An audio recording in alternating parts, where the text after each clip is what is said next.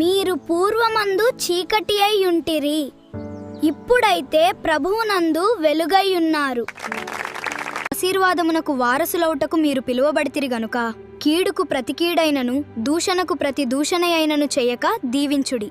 ప్రభువు రాకడ సమీపంగా ఉంది కాబట్టి ఓపికగా ఉండి మీ హృదయాలను స్థిరపరచుకోండి. అంత్యదినములలో అపాయకరమైన కాలములు వచ్చునని తెలిసికొనుము.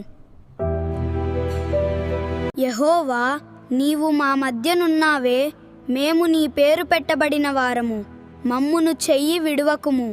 మీ అందరి నిమిత్తము ఎల్లప్పుడూ దేవునికి కృతజ్ఞతాస్తుతులు చెల్లించుచున్నాము.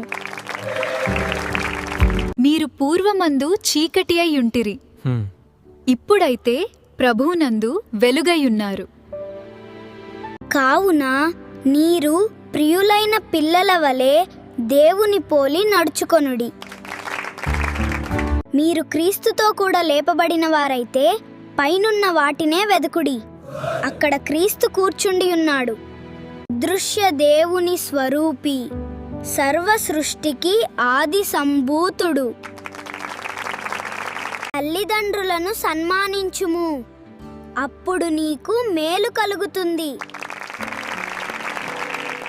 యెహోవా, నీవు మా మధ్యనున్నావే, మేము నీ పేరు పెట్టబడిన వారము, మమ్మును చెయ్యి విడువకుము.